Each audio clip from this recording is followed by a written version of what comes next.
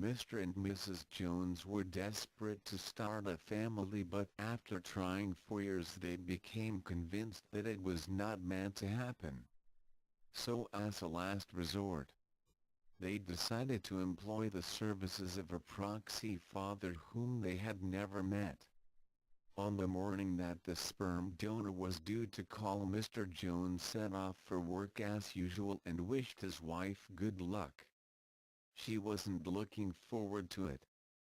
As chance would have it, that same morning a traveling baby photographer was also in the area and called at the Jones house. Mrs. Jones answered the door. She was expecting the sperm donor.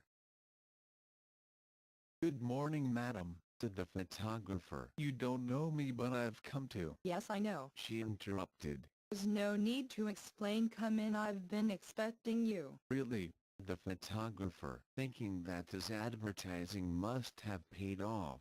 "Must say I have made a specialty of babies." "That's what my husband and I was hoping," he said. "So where do we start?" "Well, I usually try 2 in the bathroom, 1 on the couch and perhaps a couple on the bed. That seems to work for me." "No wonder George and I haven't had much luck." "We try several different positions and I shoot from 6 or 7 angles.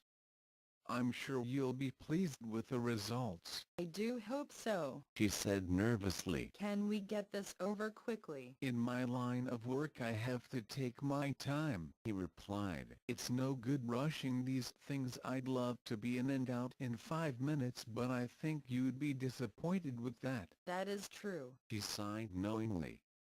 The photographer opened his briefcase and pulled out a portfolio of baby pictures. "This one was done on top of a bus," explained. "My!" exclaimed Mrs. Jones. "And these twins turned out really well, considering the fact that their mother was difficult to work with." "What way was she difficult?" Mrs. Jones anxiously insisted we go outdoors, so I had to take her over to the park to get the job done properly. People were crowding 4 deep to watch. It took over 3 hours in all. It was really exhausting." By now Mrs. Jones was looking decidedly worried. "Right," he said. "I will just get my tripod." "Tripod?" "Yes. I need a tripod on which to rest my Canon." At that point Mrs. Jones fainted.